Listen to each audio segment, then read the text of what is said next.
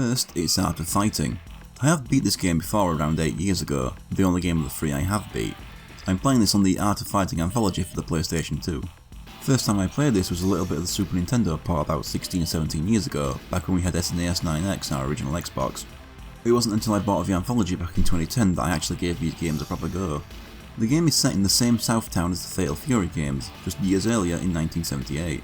The story follows Ryo Sakazaki and Robert Garcia, who are out to rescue Ryo's sister Yuri from the mob boss Mr. Big, and hopefully also find his father who has been missing for 10 years.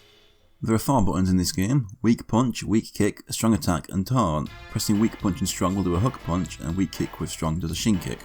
Some characters can also jump kick off the walls in midair by pressing Strong and then Weak Kick.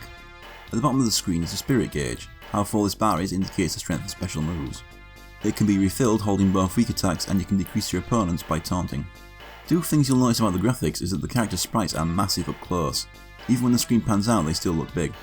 Another is that characters will take facial damage and may even change their stance as they get low on health. A really cool detail from 1992, along with having 2 sets of defeated sprites depending on how the character was knocked out. Like Fatal Fury, we can't go through the arcade mode as all characters, we can only be Ryo or Robert. Unlike Fatal Fury, however, all other characters can be played as in the Versus mode. Let's talk about Ryo first. The son of the inventor of Kyokugen-ryu Karate, on Ryo's 10th birthday his mother died in a car accident and his father disappeared soon after, leaving him to look after his sister Yuri. He'd spend the next 10 years doing construction work, defending the family dojo and street fighting. As for his moves, with quarter circle forward and punch, he'll throw a one-handed fireball called the Koken, a flying kick, the Hien Shippukyak, by holding down and back, then press forward and kick. Forward, back, forward plus strong is the Zanretsuken, a flurry of punches from one hand that slowly lifts the opponents into the air. I really like this one. Feels so good when it lands. There's the Koho, forward down down forward, it's basically the Shoryuken. Ryo was designed as a tribute to Ryu from Street Fighter, being created by the same guy, Takashi Nishiyama. There's his super special move, the Hao Shokoken, by pressing forward, half circle forward and punch. It's a huge fireball that uses up 75% of the spirit gauge. When at low health, only Ryo and Robert have their desperation move, the Ryuko Rambu. It's a really long brutal combo that ends in a Koho. I like Ryo. He's fun to play as and I like his simplistic design. It is dated in some aspects though, namely that mullet. Now for the second main character, Robert Garcia. The son of the wealthy businessman, Robert was dissatisfied with his pampered upbringing. He would always sneak away from home to spy on the Kyokugen-ryu dojo to watch Ryo being trained by his father.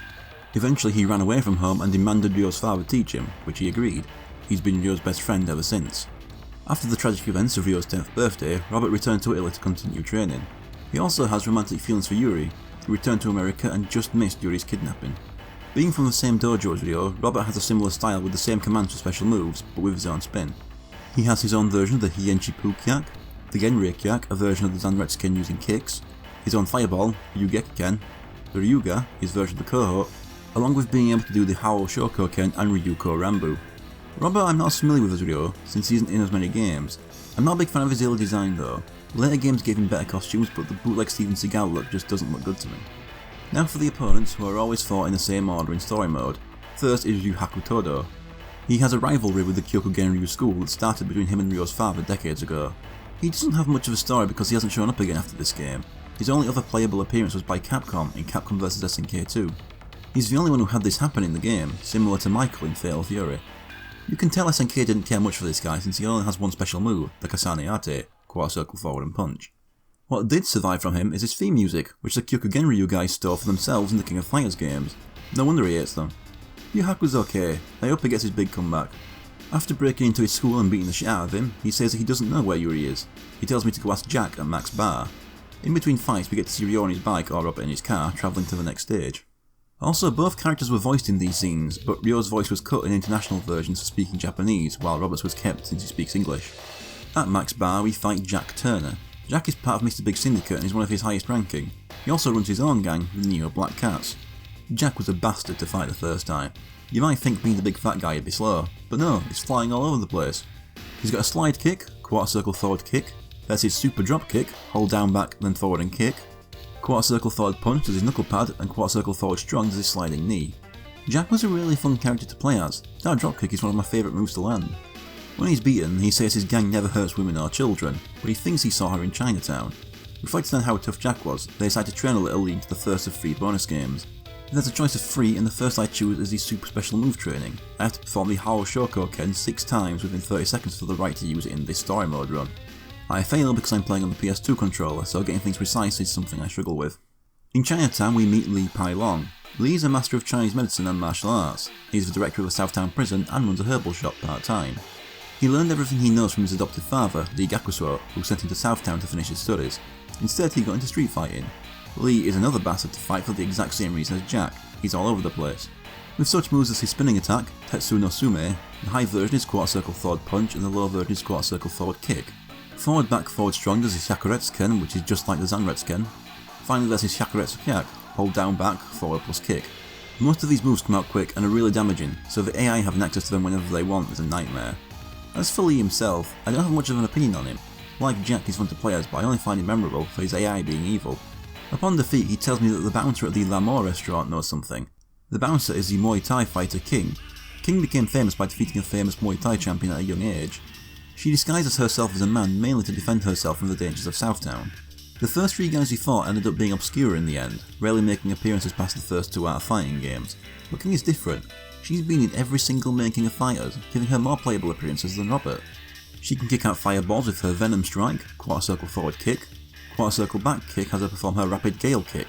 Finally there's her 2-layer flying kick, hold down back, forward plus kick. King's always been around, but she's never been a character I've bothered to play as in the few SNK fighting games I have played. So it's going to be interesting to actually get some experience with the character if my series keeps going. However, I do have one criticism to do with an aspect of this game that hasn't aged well. I mentioned that King is disguising herself as a man in this game, but how is this revealed? It's done by the final hit being a special move, destroying her clothes to reveal her breasts. This followed by her in tears trying to cover herself up isn't a good look for this series' first female character, and the only one in this game at that. King says that Yuri is in a military establishment and that Mickey is the only one who knows how to get there. But first, another bonus game. This time I go with the bottle cut. I have to time the button press when the meter is full to cut through the bottles for more strength.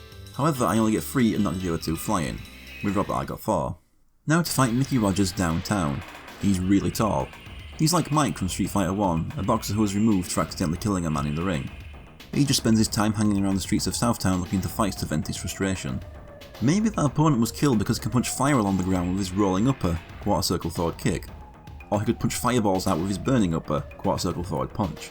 If I had to name every character in this game, Mickey would be the one I forget. He's the only one I didn't remember coming back to it. What is it with these early SNK boxers being forgettable? As Ryo, I beat him on my first try after 3 opponents to kick my head in. For winning, Mickey takes me to the port, but he can't take me inside the carrier.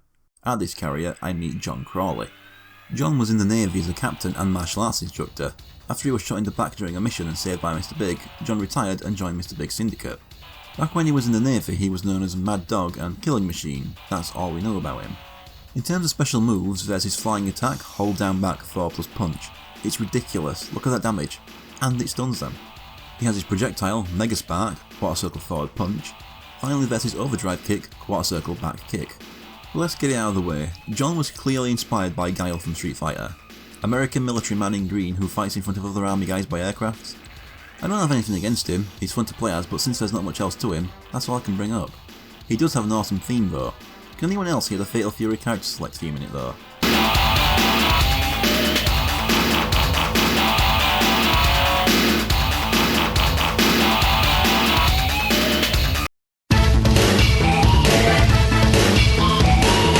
This game does have a really good soundtrack in general, just comparing it to the first Fatal Fury, it's a tough choice.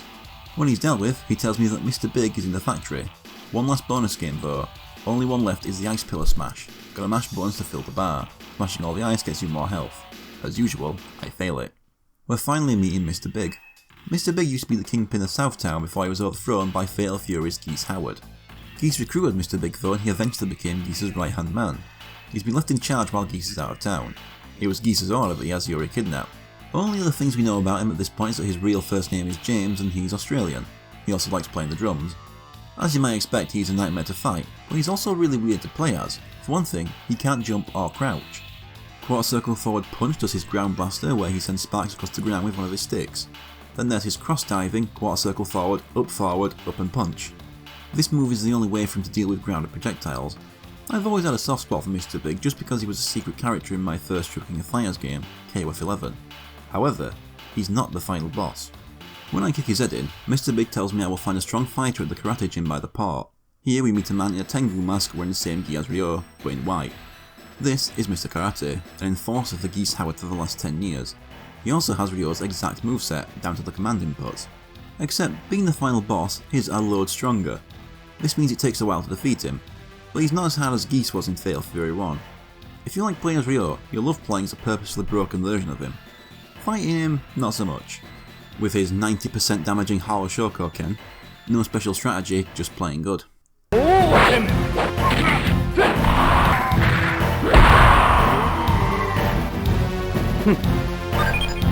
The ending is the same for both characters. The one you beat the game as starts beating on Mr. Karate and then prepares the Hao Shokoken, only for Yuri to beg them to stop. She says that Mr. Karate is there, and the game ends. The Super Nintendo part extends this by revealing that Mr. Karate is Takuma Sakazaki, inventor of Kyokugen Ryu and Ryo and Yuri's father. He was forced to work for Geese and Mr. Big in the last 10 years after they caused the car accident that killed his wife Renee. The Tengu mask was to hide his face out of shame, but more on Takuma when I get to the sequel. Hard fighting is a fun time. It's an improvement over Fatal Fury, although I find most of that series cast more memorable. I'll take Terry over Ryo and Geese over Mr. Big. But it plays faster than Fatal Fury, and I found the command inputs more responsive, even with a PS2 controller, which I've always had difficulty with for these kind of fighting games. We'll see how the SNK fighting universe evolves whenever I get to Fatal Fury 2.